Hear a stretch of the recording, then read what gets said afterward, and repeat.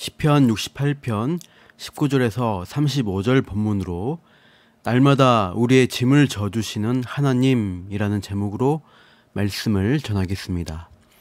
시편 68편은 출애굽 이후 광야의 여정을 회고하면서 인도해 주신 하나님을 찬양하는 시편이라고 할 수 있습니다.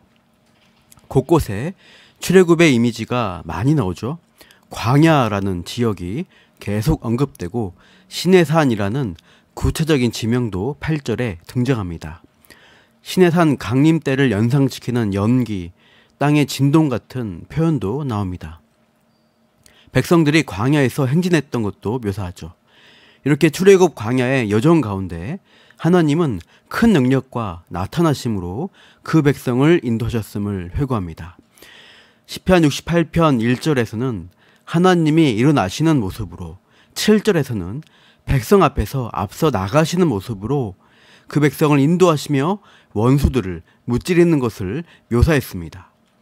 그리고 오늘 본문 24절에서 백성들은 주의 행차하시는 모습을 보게 됩니다. 하나님이여 그들이 주께서 행차하심을 보았으니 곧 나의 하나님 나의 왕이 성소로 행차하시는 것이라. 하나님께서 원수와의 전쟁에서 승리를 이루어 주시고 나서 백성들의 진 한가운데 세워져 있는 성막으로 들어가신다고 합니다. 하나님의 임재를 상징하는 언약궤를 가지고 원수와의 전쟁에 나아가 승리를 거둔 후 다시 성소 안으로 들어가시는 그 언약궤가 들어가는 장면이라고 할 수 있습니다. 25절에 소고치는 처녀들 중에서 노래 부르는 자들은 앞서고 악기를 연주한 자들은 뒤따르나이다. 소고치는 처녀들은 홍해 사건 후 미리암과 여인들이 손에 소고를 잡고 춤추며 찬양했던 장면을 떠올리게 합니다. 그때 찬양의 가사가 출애굽기 15장 21절에 나오죠. 너희는 여호와를 찬송하라. 그는 높고 영화로우시며 말과 그 탄 자를 바다에 던지셨음이로다. 오늘 본문에서는 이렇게 노래하는 자들이 언약궤의 행차를 뒤따라가며 하나님이 승리케 하심을 찬양합니다. 노래하는 자들은 앞서고 악기를 연주한 자들은 뒤따르면서 찬양의 대열을 이루고 있습니다. 시편 68편 표제에서 다윗의 시편이라고 되어 있죠. 다윗에게 있어서 25절은 골리앗을 죽였을 때 승리의 장면을 연상케 합니다. 여호와의 이름을 의지하여 블레셋의 용사를 상대로 어린 소년이 극적으로 승리를 거두었고 그 승리 이후 여인들이 소고를 가지고 나와 뛰놀며 노래했습니다. 사울은 천천히요 다윗은 만만이로다. 그때 승리의 찬양을 다윗도 기억하며 하나님을 찬양하는 것이죠. 그렇게 내가 이길 수 있게 해주신 하나님, 승리를 주시는 하나님이 누구이신가? 다시 24절 보시면 내 앞에서 행차하시는 나의 왕이신 하나님이시다. 그분이 나의 하나님 되신다고 다윗이 찬양합니다. 우리 역시 이 시대에 출애굽 백성으로 살아가도록 명령받았습니다. 약속의 땅을 향해 가는 나그네로서 세상 광야의 길을 헤쳐나가도록 부르심 받았습니다. 나그네 삶은 기반과 안정을 포기한 삶입니다. 이리저리 이주하기 때문에, 자주 이사하기 때문에 곧 떠나야 하기에 임시로 텐트를 쳤다가 구름 기둥이 움직이면 금방 따라가야 하는 여행, 그런 여정의 삶입니다. 세상에 정착한 사람들이 볼 때는 불안정해 보입니다. 힘들게 살죠. 그러나 하나님의 인도로 광야 길을 걷는 백성들은 이미 승리하는 인생이라고 합니다. 하나님이 승리를 약속하시기 때문이죠.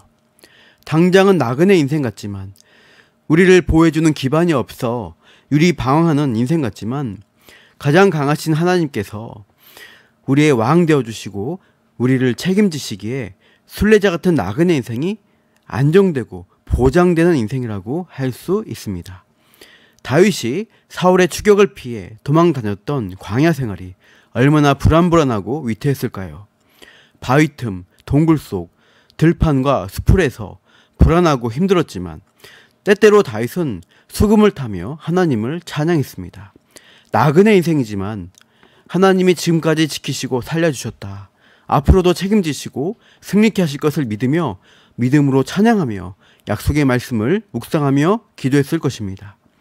사랑하는 성도 여러분, 우리 역시 하루하루 세상 삶이 어렵고 지칠지라도 도와줄 사람이 없어 외롭고 힘들 때 어떻게 해야 할까요? 다윗처럼 하나님을 찬양하십시오.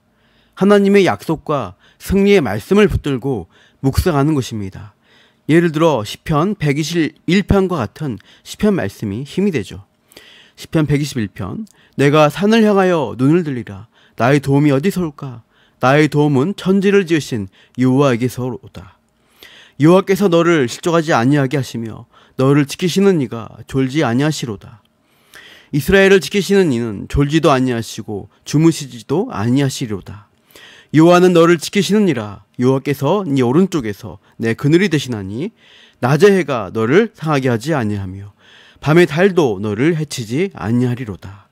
여호와께서 너를 지켜 모든 환난을 면하게 하시며 또 내 영혼을 지키시리로다. 나의 도움은 하나님께로부터 온다. 천지를 지으신 하나님이 나 역시 지켜주신다. 졸지도 주무시지도 않으시는 하나님, 모든 환난을 면하게 하시며 내 영혼을 지켜주심을 믿고 새 힘 얻어서 나아가겠다는 결단으로 묵상하고 기도할 수가 있습니다. 오늘 본문에서 다윗이 붙드는 하나님은 어떤 분이신가? 오늘 19절 말씀 같이요. 날마다 우리 짐을 지시는 주, 곧 우리의 구원이신 하나님을 찬송할지로다. 다윗은 날마다의 은혜를 구하고 있습니다. 본 시편 전반부에서 출애굽 백성과 다윗은 과거의 위기로부터 구원해 주시는 하나님을 찬양했다고 할 수 있습니다. 홍해가 가로막고 애국 군대가 추격하는 일촉즉발의 위기, 골리앗 같은 거대한 대적 등 과거의 위기로부터 구원해 주시고 승리케 하신 하나님을 찬양하며 이제 오늘이라는 매일매일 주실 은혜를 구하며 또 붙들며 나아갑니다. 날마다 우리 짐을 지시는 주, 그 하나님을 찬송하며 붙들고 있어요. 20절에서 구원의 하나님이라고 부릅니다. 그래서 사망에서 벗어나게 하시며 21절 원수들의 머리를 쳐서 깨뜨리신다고 합니다.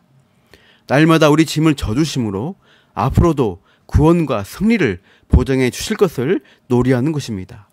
두 가지 표현으로 승리의 약속을 기대합니다. 28절에 내 하나님이 너의 힘을 명령하셨도다. 34절 너희는 하나님께 능력을 돌릴지어다. 여기서 힘과 능력이라는 단어가 각각 나오는데 언어상으로 같은 단어입니다. 힘 혹은 능력으로 번역된 오즈라는 단어는 여러 가지 의미를 포괄하고 있습니다. 힘, 강함, 담대함, 능력, 물질적, 육체적 능력뿐 아니라 개인적, 사회적, 정치적 능력 모두를 포괄하는 표현입니다. 이 힘과 능력은 하나님께서 이스라엘 백성들에게 허락하시고 맡겨주신 정치, 경제, 군사 등 모든 영역의 힘을 총칭하는 것입니다. 특히 28절에서 힘을 주셨다가 아니라 명령하셨다고 표현합니다. 그 이유가 무엇일까요? 이스라엘에게 속한 모든 능력, 힘, 주권이 하나님의 위임에 의해서 주어진 것임을 강조하는 것입니다. 이스라엘이 가진 능력, 군사력, 정치, 경제력, 심지어 다윗 자신이 지닌 왕권도 다 하나님이 위임하신 권세로 말미암은 것이라는 거죠. 내가 왕이니까 마음대로 할 수 있는 것이 아니라 하나님의 대리자로서 왕권과 능력을 부여받았다는 것입니다. 그러니까 그 힘에 대해서 명령하셨다는 거죠. 사거리 대로에서 대한민국 교통경찰이 멈추라고 하면은 차들이 멈춰 섭니다. 가라고 신호하면 차들이 갑니다. 왜 차들이 경찰에게 순종할까요? 경찰이 버스나 트럭보다 힘이 세고 무시무시한 능력이 있어서 그럴까요? 아닙니다. 경찰에게는 대한민국 정부가 부여한 권세가 있기 때문입니다.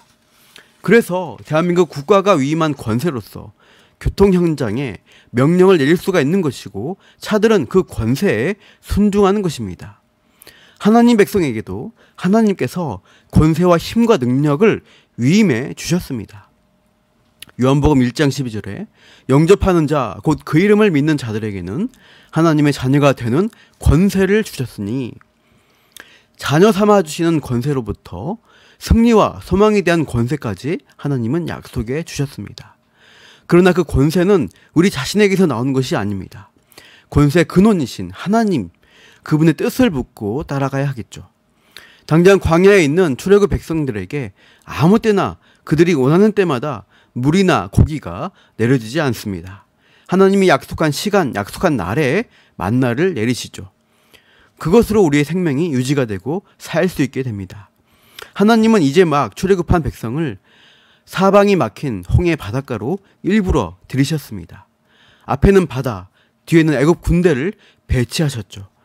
진퇴양난의 상황에서 힘과 능력이 없는 이스라엘 백성들은 여기서 죽겠구나 싶어서 두려움으로 부르짖습니다. 그때 모세는 백성에게 이렇게 말씀을 전하죠.